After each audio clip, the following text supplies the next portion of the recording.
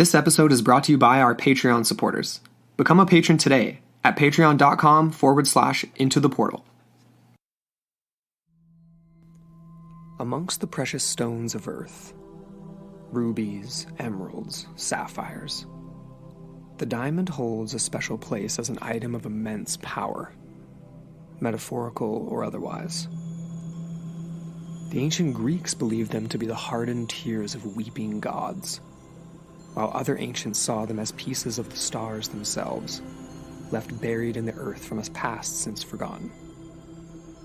Although the majority of these precious stones are seen as a marker of good fortune, there are some diamonds that carry with them an essence of something not of this earth.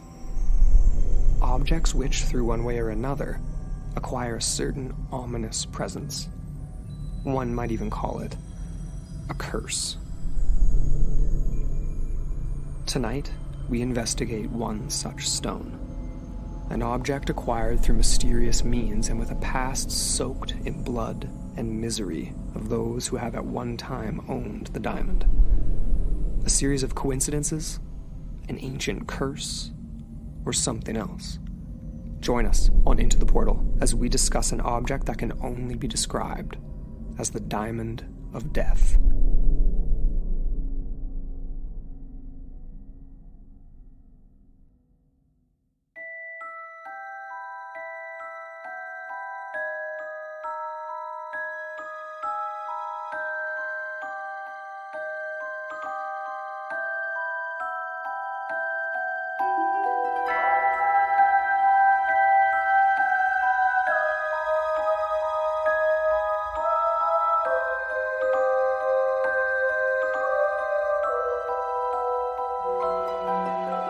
Hello, and welcome back into the portal. I'm Amber Ray. And I'm Andrew McKay. And we are back with a really fun topic today. Kind of different, something different. I'm looking forward to this one. Definitely. Yeah.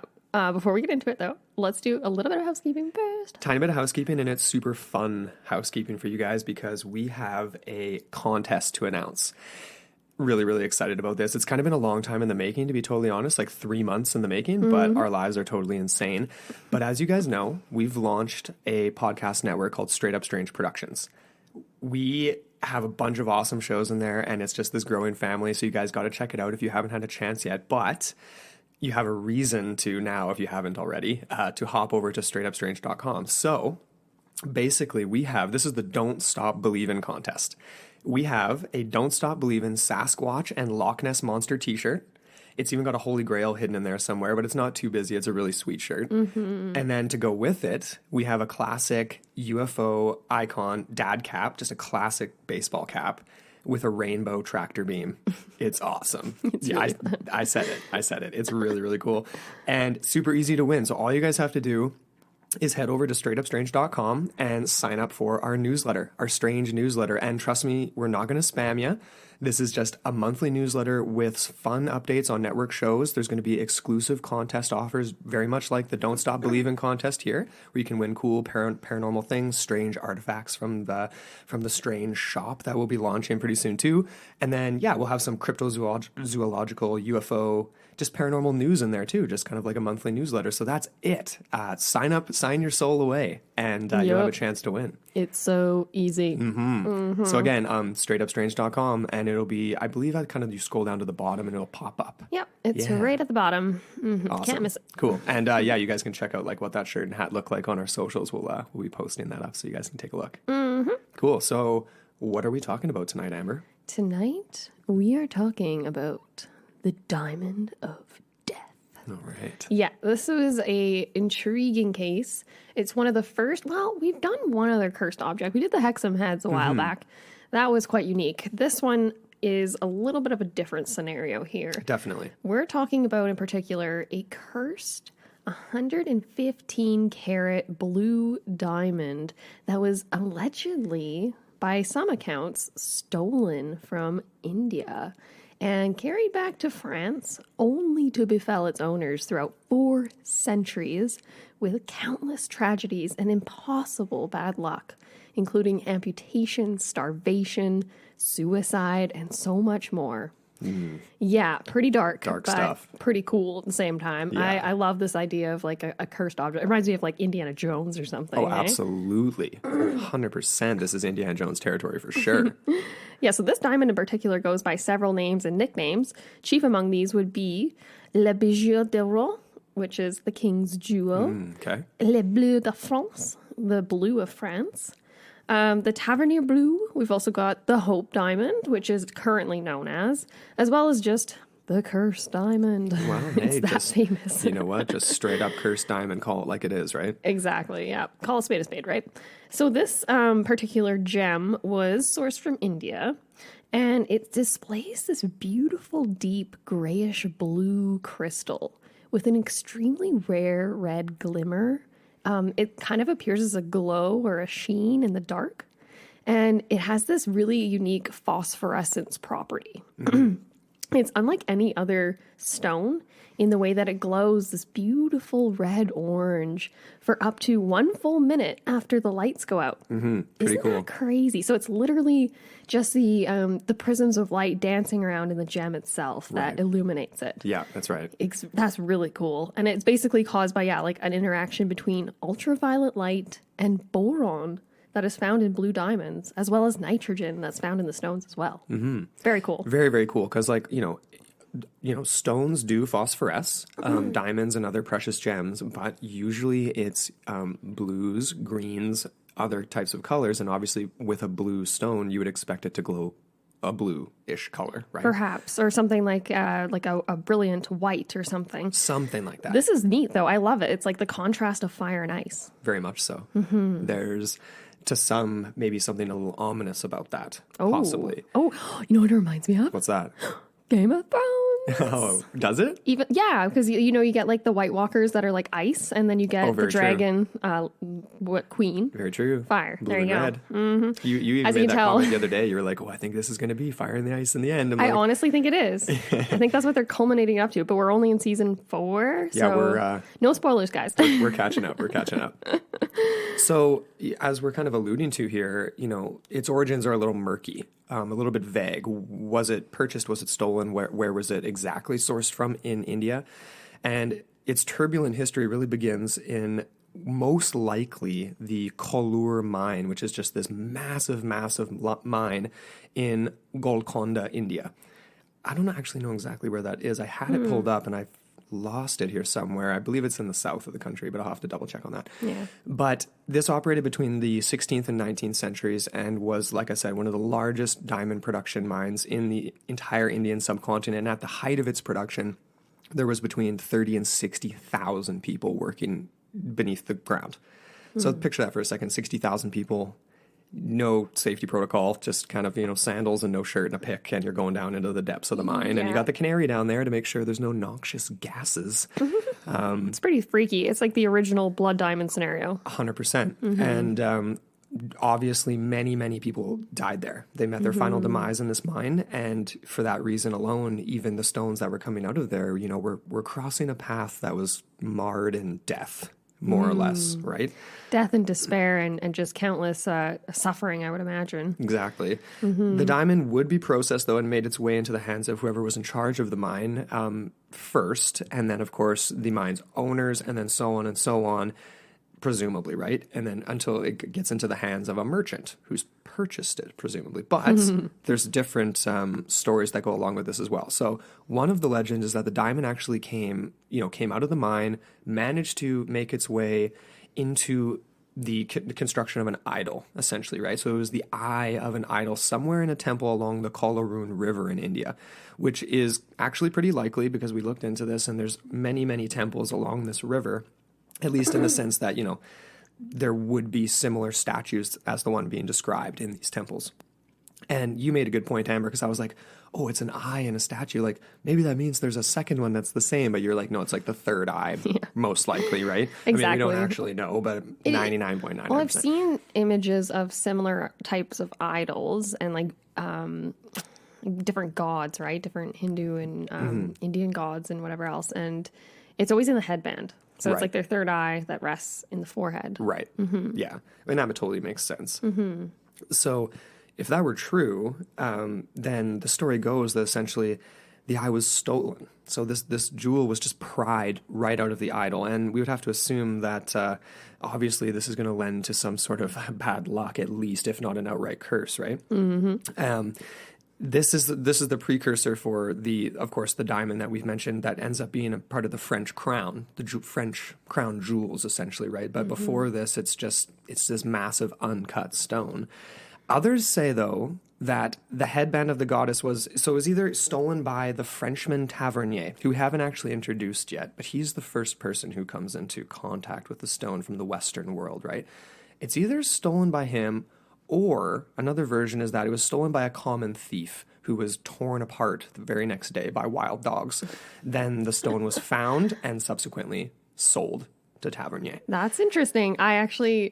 That's a weird sort of amalgamation of a different version that I saw, where it was Tavernier again who stole it, and then years later he was ripped apart by dogs, and that was part of the curse. That was like his final demise, was exactly. that? Yeah.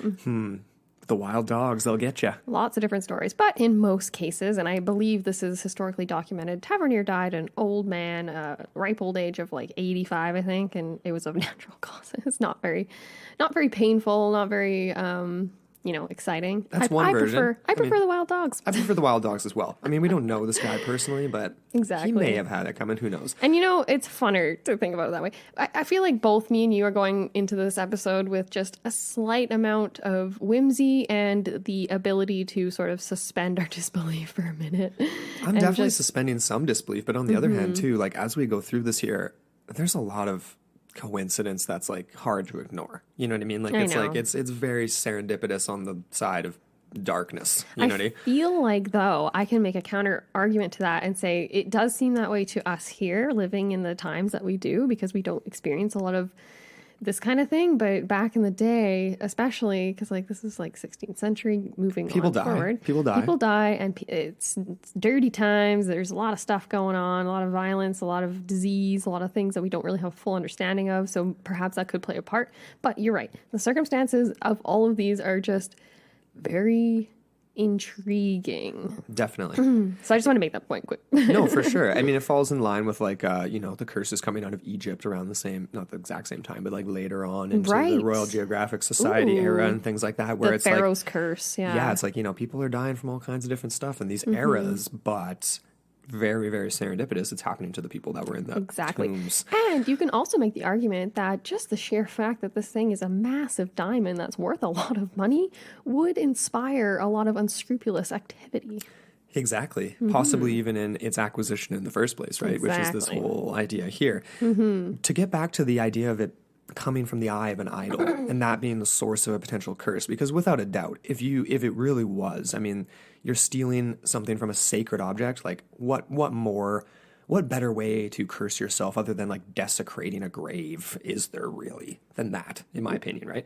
But there's a problem with this, and it's the idea of a blue stone being used in an idol. Excuse me. And we watched a few different documentaries, read a few different things, and apparently in India and a few other different cultures in like that area of the East, blue diamonds specifically, sapphires and other precious gems are seen differently, but blue diamonds were seen as bad luck, omens of different things. Whereas the color red, not necessarily in diamonds, but obviously in the Hindu faith, which is the dominant like religion in India, is a really positive color. It's related to fertility and marriage and birth and happy festivals and things like that.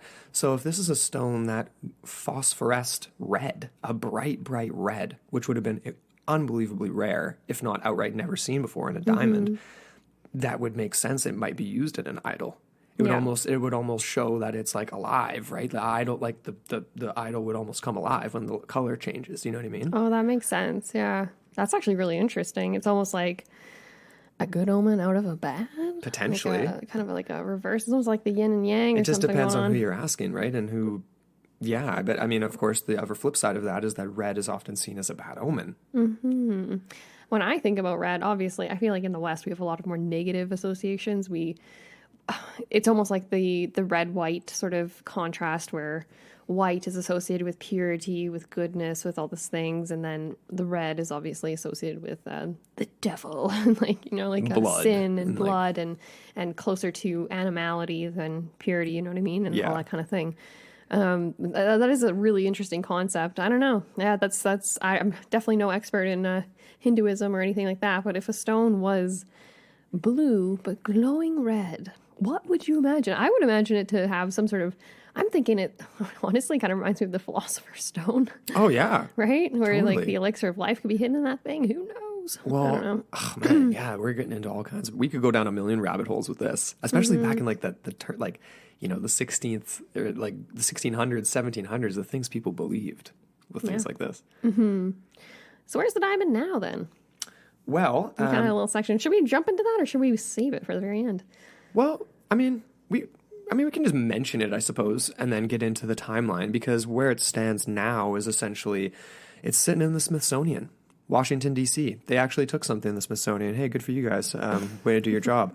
They didn't lose it. They didn't. Well, yeah, we'd have to go double check probably. Oh, we put it in a shoebox and it just disappeared. Whoopsies. The diamond's said to be worth well over $250 million US, or at least that's what it was last insured for. That figure is probably a little outdated though. The stone's probably worth well over that now, which is kind of crazy to think because it's obviously way smaller than it once was. Like it has been cut down many times. It's like a half of what it was originally. Right. It was 115 carats, and now it's about what, like 49 or something like that. Well, I think we get to that number in a sec. Yeah. So let's get into the movements here because I want to follow this path of destruction that this diamond takes from India. Do it. So the timeline, like we said before, it begins as the French blue. So 1642, did not mean to rhyme there. Jean Tavernier, is that how you pronounce that? Tavernier? I think so. Yeah, I think so. Acquires this diamond in India, however he acquires it, right? He holds the stone for a while until he ends up selling it to King Louis. Which number is this? The 14th. Is that what that is? That's all 14. Right. The King Sun Louis King. the 14th, the Sun King, of course, right? So this is pre-Revolution France, the third last king before the He was Revolution. honestly, and I'll just throw this in here for everyone who forgot about Grade 10 socials. He was that guy that you saw that had just like, he was like the epitome of decadence. He basically dressed himself in any sort of form of wealth you could possibly imagine. He was probably the last loved king of France, and then from there just went downhill. Big time downhill. He was the one that was able to last fully enjoy the fruits of the crown, and then they started to overexpend themselves and all that kind of thing, and all at the peasants' expense, which was really unfortunate. And then you get a revolution. Pretty short-sighted. Yeah. Anyway, so the Sun King, and Tavernier is the guy who ended up giving it to him or selling it to him, right? He was born in 1605, lived to 1689. Like we mentioned, French diamond merchant. This guy was prolific. So he traveled how many times? It was like 8 times to and from the Indian subcontinent. He had 6 voyages, actually, over the course of 40 years. 6 official voyages. He covered more than 180,000 miles, 290,000 kilometers over the course of his 40 years. And considered essentially to be a cultural anthropologist of the time of sorts because of how extensive his travels were. And wrote an account of his travels called The 6 Voyages of Jean-Baptiste Tavernier. So definitely well known and I guess well respected. He kind of reminds me of like an East India Trading Company character, because if you have that many successful voyages, you have to be doing something right, and you have to be a little bit of a cutthroat to actually get what you want, especially in those times, right? And I like what you phrased, like we were talking about this yesterday, and you said, it's just, you can play that into the idea of like European exceptionalism. And when we got into the whole idea, like, did he steal it? Did he buy it? Who knows? It could have played into that whole idea of exceptionalism, and they take what they want because they can take it. Yeah, exactly. So you never know what really went down there. Totally. And even though, like we said too, like, India was British controlled, but even just because he was French doesn't mean he had the right connections. And like we said, East India Trading Company, like you're going to step on throats to be a successful merchant. Exactly. Anybody seen Taboo, one of our favorite shows? It always reminds me of that when we're thinking about this thing. It's such a good show. Definitely. I love it. So even in the beginning, before the diamond was associated with an outright curse, like the exact origins of the stone and its legend was extremely vague, obviously, right? So, coming from Tavernier. And yeah, 1600s Europe, dark times for non-European subjects under the domain of European like countries, right? Whether it's France or the British or whoever, you kind of, people did what they want. So even before the death toll began to pile up with this diamond, some people believe that it was acquired through, trickery and murderous means. And this is the source of its Makes sense. destruction, right? Yeah, exactly. So where did the stone go after Tavernier acquired it then? Like we said, it did go to the French crown. So when he it's kind of weird though, because he actually acquired the stone over a decade before he actually gave it to the French crown, right? Which makes me feel that he was hanging on to it because it was a prize, right? It was a precious thing that he owned. And I would imagine maybe he sold it in the end to fuel more expeditions, perhaps. Either that, or there was such a long delay between the time he acquired it and the time he actually made it back to France that he actually, it was a pretty fluid transaction. I don't know. Could have happened either way. But when the Frenchman found it, he described it as a beautiful violet gemstone. I love that. The idea, the mixture of the red and the blue together would create a violet impression, right? And it was very crudely cut. It was somewhat triangular. It doesn't look anything like how it looks today. No. But again, right, it was this massive rock that was just so beautiful. So essentially, so Tavernier, he gained a lot from selling this thing. He gained 3 million pounds. He had lands and titles given to him in exchange. And then he actually ended up selling 14 other large diamonds along with this gemstone. Just regular diamonds. Just regular diamonds, yes. Nothing special, Yeah. But it was just like, I feel like we had to include that just to allude to the opulence of the French crown, right? And how they were just so extravagant and just accumulating these ridiculous amounts of wealth at the expense of their own citizens, which was really crappy. But anyways. They get what's coming to them. Or, well, their relatives do anyway. So what happened next to the gemstone? It actually got recut. So Louis XIV ordered it to be cut into a 69-carat round heart-shaped gem, and then he added it to the royal collection. It took on the name the French Blue at this time, and it kind of, I believe the setting, it had like a bunch of little diamonds around it, and it looked like a big heart. And it reminds me of, in Titanic, the heart of the ocean. Yeah. I feel like that gemstone in that movie was inspired by this one. I'm Probably. not 100% on that, but I would imagine so. So, like we said before, Tavernier reportedly died of natural causes at the ripe old age of, I think it was 85.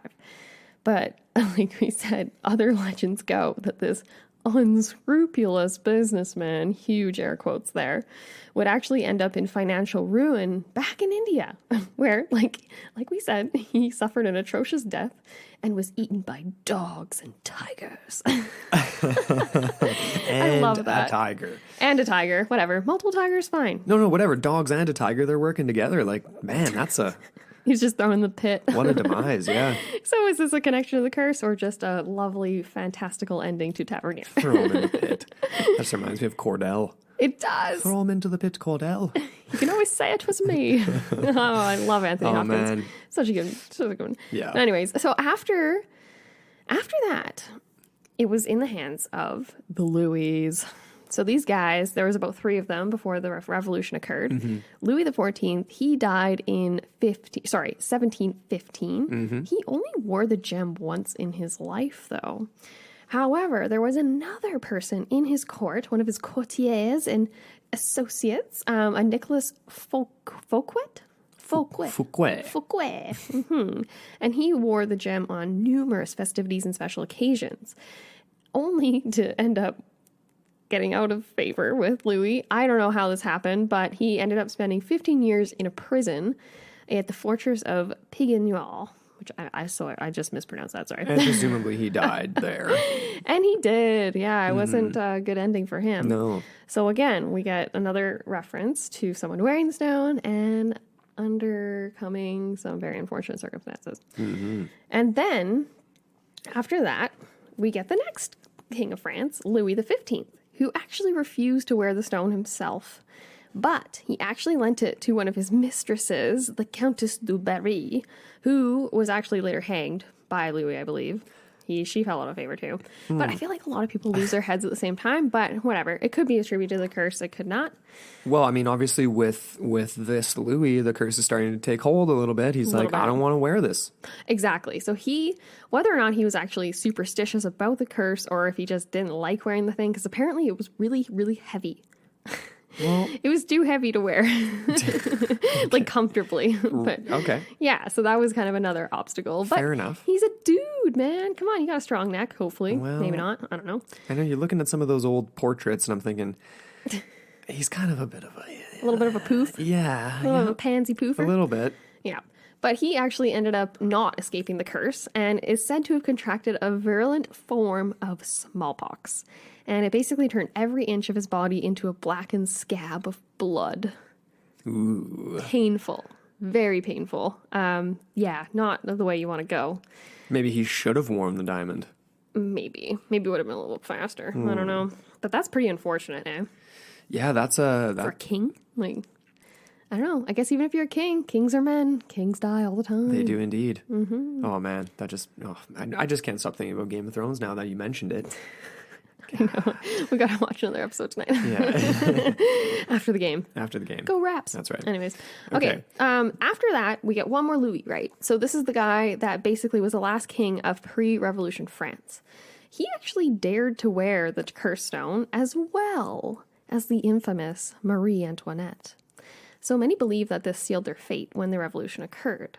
And then I put it in brackets here, or really, was the continuous disregard for poverty of the people and endless displays of extravagance, the diamond being the epitome of such, that actually sealed their fates in the end. You know? But the diamond is a symbol, right, of that opulence, of that extravagance, of that corruption of the crown. So in my mind, that is a huge part of why the French Revolution occurred. Oh, yeah. Mm-hmm. In and of itself, yeah, like as a symbolic thing, for sure. Yes. Just one more, one more, what am I trying to say?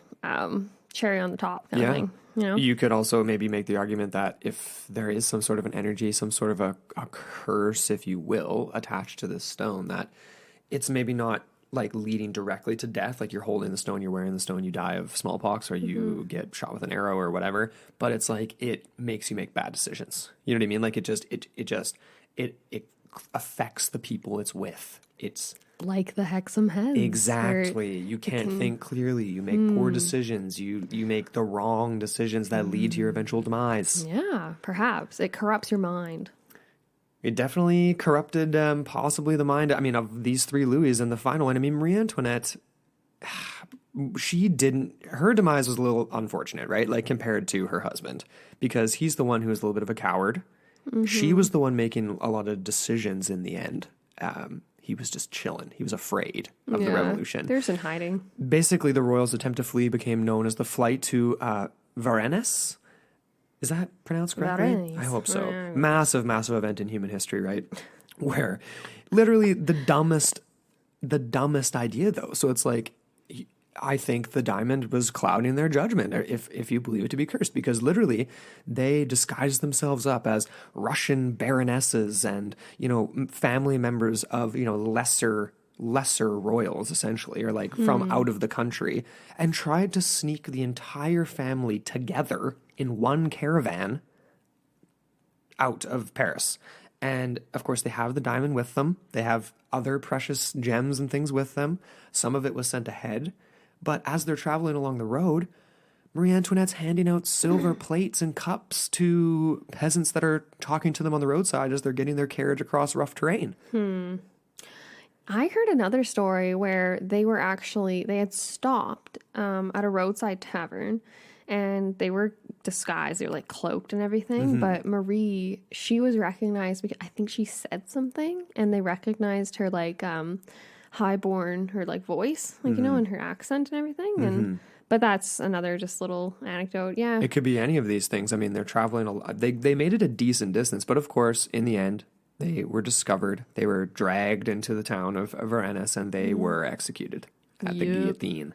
I heard another story that this is totally untrue, but I believe it went along the lines. I think it was Marie Antoinette or Louis himself was wearing the stone at the time, and then as they were beheaded, the stone was actually broken, into a smaller chunk, which is why, because it actually gets smaller and smaller as the years go on. That's a fun I know. legend. I honestly can't even remember where I heard that, though. Yeah, It was forever ago, like years and years ago I heard that. And there's a lot of versions like that go along with the stone, because this is for the 1700s for sure. This is the peak of its like destruction, the stone, if you believe it to be true. It's a very turbulent time. It is indeed.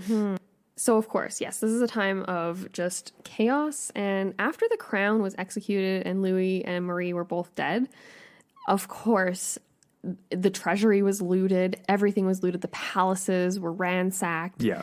Everyone went crazy. The French mob was just rioting and everything was lost. The stone was stolen. Yep. It was basically lost for a number of decades. Yeah. And no one really knew where it was until it reappeared decades and decades later. Before we get into that, though, we'll talk about some lesser known victims of the cursed diamond during this time of the French Revolution and shortly after. But first, let's get into a word from Nothing Ever Happens in Canada, one of our favorite little shows, Canadian shows, part of our Straight Up Strange network. She is such an awesome, awesome woman and just host and so much fun. And she is actually doing this really cool thing. She's on a treasure hunt. Yes, treasure hunt. The exact location or city or whatever is escaping me. But she is searching for buried treasure right now in this really cool contest. And it's all over her socials and it's on our socials too. Make sure you guys go check out Nothing Ever Happens in Canada, because just so much cool stuff going on there. Totally.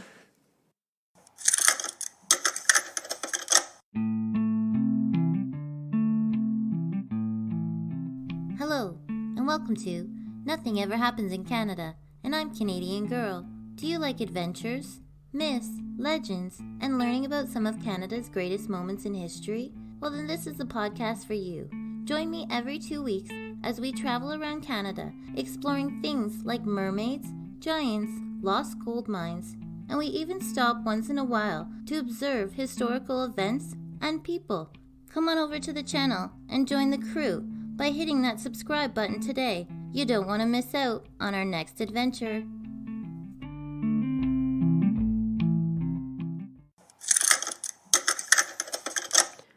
All right, so we're back. Lesser known victims of the diamond around the time of the Revolution. One of particular note was the Princess de Lamballe. And she is a lesser known character, but was said to have worn the diamond and was torn to pieces by a mob during the Revolution. Damn. I know. So I don't know. Gaddafi'd. Exactly. She kind of did. And really unfortunate. Who knows if it was she just had a poopy personality and people didn't like her and they're just like, whatever, ripping you apart because we're ripping everyone apart. Or if it was really because she had worn the diamond and she was cursed. I don't know. Well, I mean... Again, though, the chain of destruction just keeps following this thing. Another early victim was the Dutch jeweler, William Falls. So Falls is the man responsible for cutting the diamond. It's kind of a murky story, but essentially he had the gem in his possession. He was given the task of recutting this diamond. However, it is said that he was actually killed by his son, Willem, and, Henrik, Willem was the father's name. Henrik is the son's name. And Henrik murders his father, steals the gem, and essentially sells it to this French merchant named Francis Belair. All right, all right. I feel like I sound like, what's his name from Pink Panther? Like Cluzet. Inspector Cluzet the Sapin. Belair. And you're French, too. I'm not French. I just have a French last name. No, really. Anyway, so this is kind of a murky story here, but essentially this Belair gets his hands on the stone, but he got it for a fraction of its value. So again, right, this is unscrupulous. Hendrik, the man who murdered his father to sell the stone, actually ended up dying of, well, this is hilarious. This is a quote here. It says, he was eventually driven mad by his own alcoholism, STDs, and guilt. And he killed himself in 1830. So suicide. Suicide. Not a good life. You would think you'd be living it up after you sell a gem like that. That's usually the entire point of stealing a gem. Right? It's like a plot of Ocean's 11. Come on. Yeah. But essentially, it continues because the curse of Belair was the fact that this was a very well-known diamond at this point. Yeah. And he was in France. He couldn't sell this thing. It had a very murky reputation, to say the least. Right. And so he ended up going to London, and to sort of finance his trip, he cut the stone again.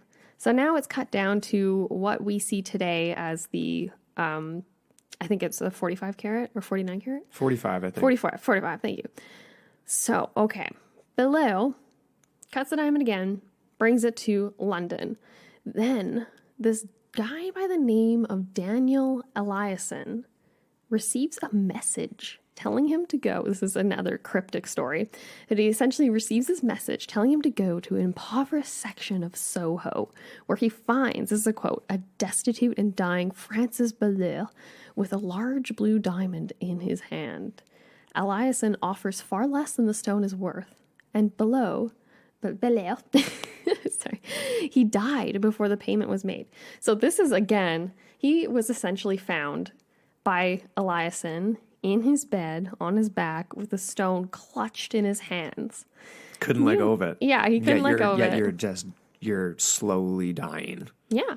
I don't know what he was dying of, though. He was diseased by something. I mean, yeah, it says, like, I don't know, it said STDs, most likely, I don't know, syphilis, maybe had Probably. the old Benny Frank. Yeah, probably. He was a young man, though, so it wasn't like he was old. Right. And he showed it to Eliasson while he was still alive and dying. And Eliasson offered him £5,000, which is the equivalent of about 200,000 pounds today. So when Eliasson went home, he told basically Belair that he was going to return the next day, only to find him dead. But yeah. Oh, it says here the young man. This isn't a peer-reviewed source or anything, but he said he was dead of starvation. So Dead of starvation. I don't understand how you'd be dead of starvation if you have a gem like that in your possession. That's because the curse, it's messing with your mind. It's messing with your mind, but it's also cursed because you can't sell it piecemeal. It's like the hash driveway in Trailer Park Boys, right? You got to sell it all in one go. Sell it all. The big dirty. The big dirty. Yeah, you got to get it. But you're also living in poverty at the same time, and you're holding this stone of enormous wealth. You know what that reminded me of, which is so bizarre? This is kind of random, but when you were just describing that, it reminded me of the Beetle. Oh. Like the character, like laying in his decrepit like room or whatever, and like. Totally. And when he like rolls over and he can't roll back onto his feet, and it's like this really sad thing where he's just like dying and he's all gross and people have stepped on him and he's like got stuff oozing out of his back. Just to be clear, this is sorry, the author's escaping me. Franz Kafka. Kafka, right? Kafka. Your favorite. Kafka, my favorite. And also the Beetle, the novel The Beetle.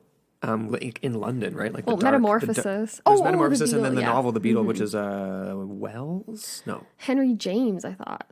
Maybe not though. Actually, no. Maybe it was Wells. Anyway. H.G. Wells. I can't remember now. So this darkness is just reminding me of those types of stories, right? With these cursed objects and just dark rooms that are dripping with just like decrepit, like I don't even know. There's so much inspiration here for just a dark story. I'm picturing like Sin City style, like just darkness everywhere. Sin City mixed with a little bit of like Ocean's 11 or something. Or like, the whimsicalness of Ocean's 11 with the darkness of Sin City. And Taboo.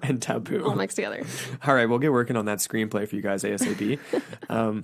So we're basically coming up into more or less the mid-1800s here. And this is when the stone takes on the name that it has right now, the Hope Diamond, because it comes into the hands of Henry Philip Hope, who was born June 8th, 1774 in Amsterdam. So he's, Western European descent. And he dies December 5th in 1839 in Kent, UK, in the United Kingdom. But he's a collector of, what does this say? He was an art collector, wasn't he? Yeah, a collector of fine artifacts, gems, all sorts of things. Right, and he was like pretty wealthy, right? He was a banker. One of the heirs of the Hope & Co. investment firm and bank. without actually having been a banker himself, but rather like, he was kind of trust fund kid, more or less. Right? Yeah. And he did not fear the curse, but he was well aware of it. Knew the stories, knew of the track record and this list of death. But he dies in this same year he acquires the diamond for his catalog. Spooky. So that's a little bit coincidental, Ominous. right? His family would then go on to suffer even more bad luck. Because of the gemstone, we don't know. Up until it was sold. And when it was sold in 1901 by Francis Hope, who had suffered a large degree on, it's a him, right? Francis. Yes. I believe so. Yes, because he was married to an actress. Right. That's kind of crazy how things start and stop almost to the day that this stone is acquired and gotten rid of. Right, yes. He dies the same year he buys it for his catalog. This guy's been buying diamonds and precious art and precious gems for his entire life. He's been a trust fund kid his whole life. Yeah. Well, he is older at this point, too. Yeah, he's older at this point, but he's been rich his whole life. He's the heir of an investment firm that was really successful. 25 plus 40. That's actually not that old. It's Well, like in for- his 60s. Yeah, whatever. But I guess at this point, yeah. Yeah, for the 1800s. Yeah. I don't know. What do you make of that? Like, the timing seems just so perfect. You know what I mean? Yeah, it does seem a little bit coincidental, to And say then- the least, and then, which is like- why we also attribute it to the curse, right? So Exactly. his son was the one that kind of suffered the most, though, I think, because Right. of it, because obviously his father died pretty much right away. So the legacy went on to the younger generation, and he basically had a laundry list of bad luck. Yeah, he ended up gambling away all of his money, being left, his wife left him, who was an actress. He then shoots himself in the foot in a hunting accident, loses his foot completely. Yeah. Poor decisions again. This is sort of just like, Yeah. I don't know, what do you make of this? What do I make of it? Well, like I said at the top, right? You can say like, oh, these are things that could happen to anyone at this point of time. Right. If you look at someone's life and you tally up all the shit that's happened to them, you know what I mean? Like, there's going to be a lot. And Right. whether or not you have something that you, like a centrifugal object that you can attribute it to, like it is a point of convenience in some regards, but then the more you look into it, the more it just kind of stacks up, Yeah. which is kind of what we're trying to show with all this sort of chronology of the curse. And that's what like the people in the family were starting to do too. So like the wife that left him ends up producing this book. And then later Yes. a film called The Hope Yes. Diamond Mystery, which chronicled her experience with this, right? How she described it as a notoriously bad luck stone. Exactly. So that says something right there, right? She was experiencing it firsthand. Exactly. I would love to like go back and look if we can find that movie. Hey, it would have been quite early. It Probably a would have been. silent film. I think we should definitely try to find it though. And then of course she herself, she was an actress. She was married into wealth and affluence. She died in poverty in the 1930s, Not which of good course luck. is a time when a lot of people were. The 30s was not a good time, but yeah, I mean, Andrew. this is happening to every single person. I don't know. It's bizarre. Like they're all wealthy. Like they can't all be know. making bad decisions. You can't all piss your money away. You can't all freaking die from syphilis. You can't all come on. Somebody's got to make it through here. Well, it just keeps continuing on here. Well, after she died, well, the stone was sold off quite a number of years before she died, right? Because she wasn't even in the family at that point. She had divorced out. So she was Right. kind of on her own. Yeah. But we get back to 1908. So now we're into the 20th century here. The stone makes its way into the hands of a sultan. So it was sold by the Hope family to pay off debts. Right. And basically this Ottoman Empire sultan acquired the gem through a New York dealer. He was deposed of in the same year he acquired it. Okay? So that's saying same as another. Hope. Yes. Crazy. I know, right? So then after that, we get Evelyn Walsh, none other than Evelyn. the heiress of the Washington Post. Super rich. Yes. And she, again, right, it was another auction. After the Yep. Sultan, it went back to auction. It was Cartier that sold it to her for about $180,000 and set off another slew of unfortunate events, this time within the Walsh family. Just to give an idea of the Walsh family, because I don't think we added it in here, but it's like it was on their honeymoon when she acquired it, right? And Yeah. spent like all their money they were given for their wedding to buy it? Yeah, so they were given a large sum of money, and she spent close to, I think it was either 2/3 or 3/4 of that on this gem. Just for the heck of it. Just because she wanted it. She let her dog wear it around the apartment. Like, she was just a brat. This is how she was described. As a bratty, spoiled Harris who, quote, needed the diamond. She needed it. Had to have it. Had to have it. So she would wear it all the time. She was very laissez-faire about it. Just super cash. Just like, oh yeah, I'm just throwing my diamond around. Oh yeah, there's my diamond on the couch there. Oh yeah, my dog's wearing it now. Okay, it's no big deal. And she was very showy with it too. She would wear it in public a lot. She was photographed in it numerous occasions. Just very...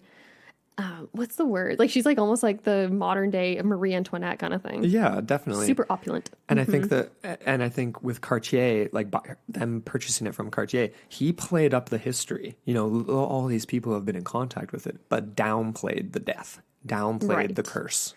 Yes. So actually, it's interesting you bring up Cartier, because some people actually think that he didn't do that he created the curse. There's another... Created the story. Because if a diamond has a story, now I'm just thinking about wine. If wine has a story, it's so much more valuable, right? It's so much more alluring and intriguing. Yeah. If anything has a story, right? All marketing is just telling a story. So if you think about it, that was actually a very smart move on his part, and maybe created that allure that she needed it for her whatever purpose. It's kind of like it's reaching for the people interested in the macabre, though. It's like, why not create a story where it's like, this diamond brings good luck, wealth and good fortune and all this stuff. Well, you could just with the history of it, I suppose right? so. Hard. But it's like, is that really that? I mean, buy this diamond, you might die. It's great. So her punishment for all this extravagance and purchasing the diamond, wearing it all the time, a lot of people attribute her string of unfortunate family deaths to the diamond. Yeah. So that includes her mother-in-law, who died shortly after. We don't know how she died. I didn't pull that up. But she died very shortly after, and she was one of the ones that gave them the money to buy the diamond in the first place. So then her firstborn son ended up dying at the age of 9 in a very unfortunate car accident. Yes, her husband left her for another woman. Her daughter died of a drug overdose of sleeping pills. And she lost all of her money. She lost the Washington Post. So her husband was actually committed to a sanitarium. And then the Post was sold to cover the family debts, but that didn't cover it. So her children had to sell the diamond to cover it as well. And that's where it ends up in the hands of Harry Winston, who was a jeweler by trade. So he actually purchased the diamond in 1958. So now we're post-war, we're into the later half of the 20th century. And he is the last individual to have actually owned the gemstone before he donated it. So he actually gave it to the Smithsonian Institute. And he did this via courier. Bold. Which is very bold. Very, very bold. So he used the U.S. Postal Service. He had someone... Wow. He could have had Newman delivering that thing. Oh, good How heavens. do you even... Anyways, it was wrapped in a plain brown box, and it was just sent on the regular mail. Man. How? I don't get it. But anyways, the courier, I should say, who carried the stone to its final resting place, quote unquote, was a mailman by the name of James Todd.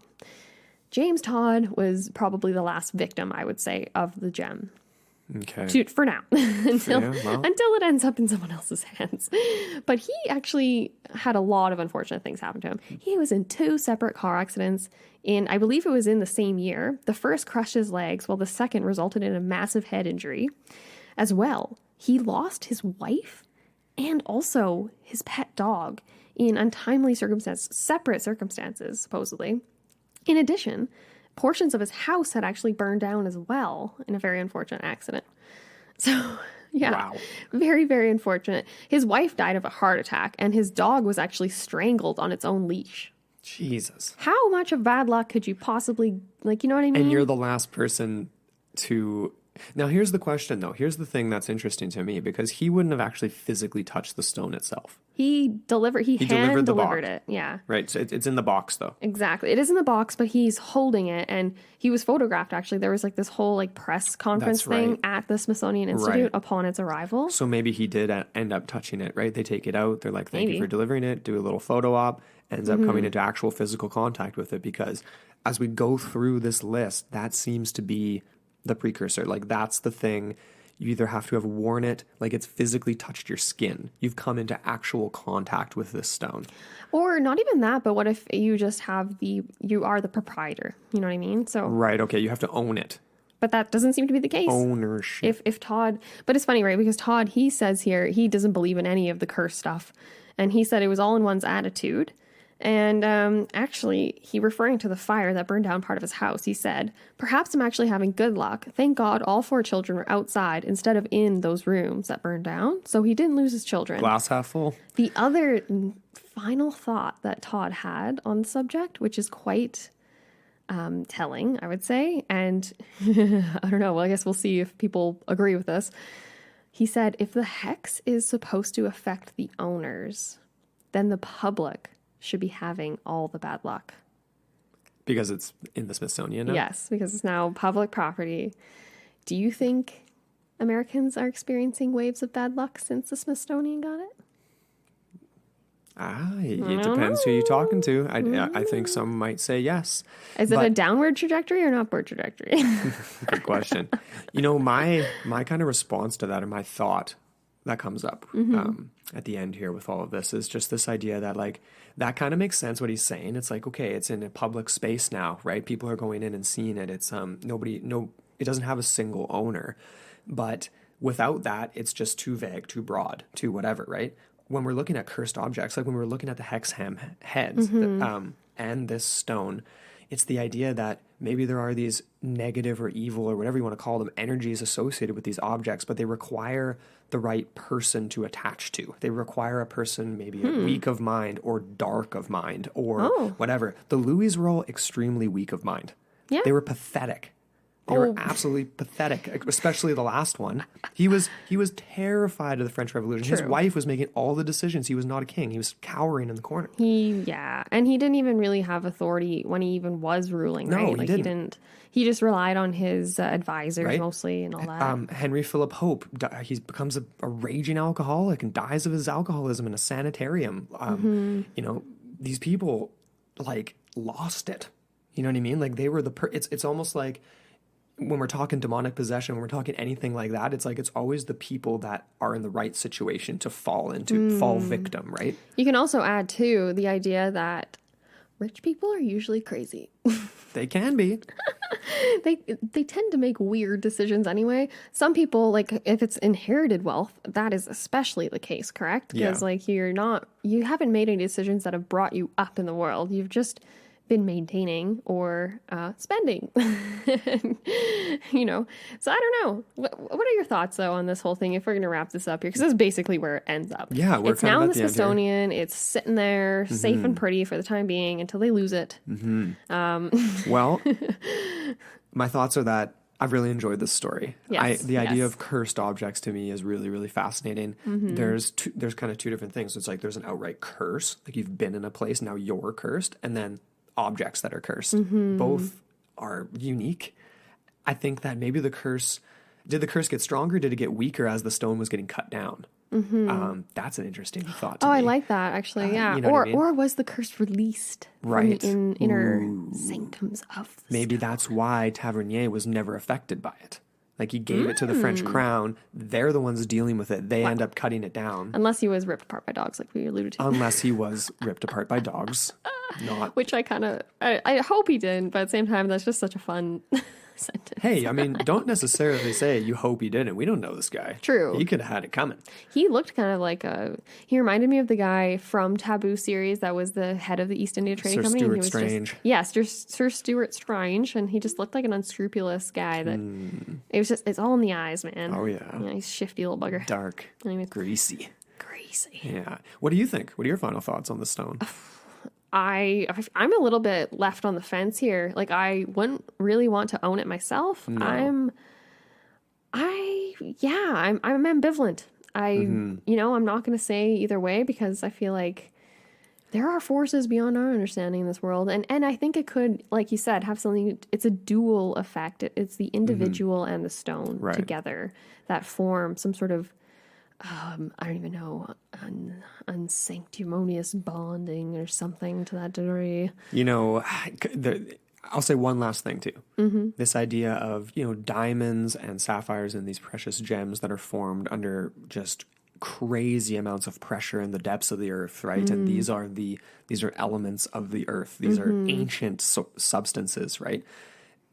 Could these things be like they're in ancient times and in alchemy and these things, like they were seen to be in have power embedded in them in and of themselves, right? Totally. And we've discussed things like elementals and energies and creatures and things of the earth like well before we were here. They're not you know what I mean? Like, is there totally. because maybe I'm just equating like words here, like an element. You know what I mean, though? But there's what I'm thinking powers too? here. I can't remember what episode we talked about this in, but we did talk about these sort of exactly like corporeal and sort of elemental manifestations of energies and things, and how basically all of the things like fire, wind, air, whatever, like all these things have a component that's sort of like unseen but exists, and like it is an essence of sorts.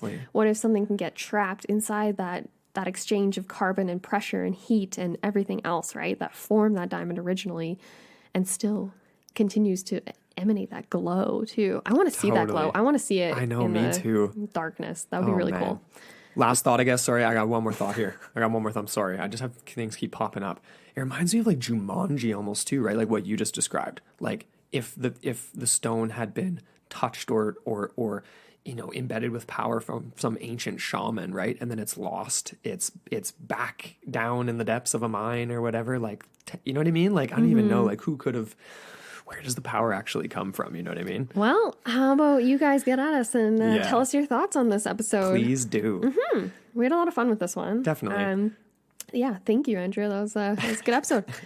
Well, as usual, thank you to all of our lovely patrons and to all of our supporters. We really appreciate you. All the guys in the forum, getting that conversation rolling. Let's Definitely. Get into the Strange Room. It's so much fun. We've got a lot of fun stuff. We've got Matt Drew, our official curator of the Strange, on there, posting stuff every day. Super fun reads and just like fun memes and stuff. I don't know where he gets all those. I don't even know. He's killing it. He's always got funny, hilarious, cool stuff on there. But awesome. Facebook, The Strange Room, and then also we just have our Into the Portal podcast forum. If you haven't joined that, come join us on there. And we're always talking about strange stuff, and you can give us episode ideas or whatever you want. You can send us feedback to intotheportalmailbox@gmail.com. And again, don't forget about the contest. So head to straightupstrange.com and just sign up for the newsletter. It's just a monthly newsletter with some cool stuff, no spam, and you can win a Don't Stop Believin' shirt and a UFO hat. Yeah. It's pretty Sign your soul away, That's folks. right. That's right. All right. Well, until next time, on Into the Portal, your gateway to the bizarre.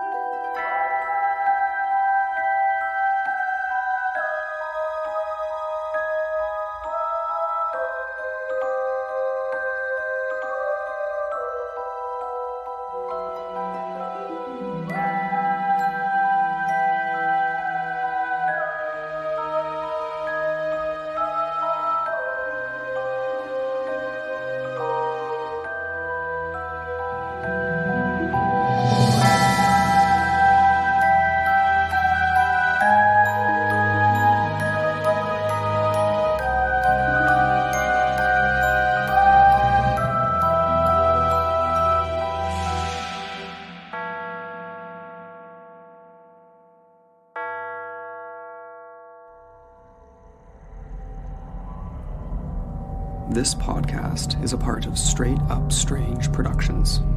Discover more shows like this one at straightupstrange.com.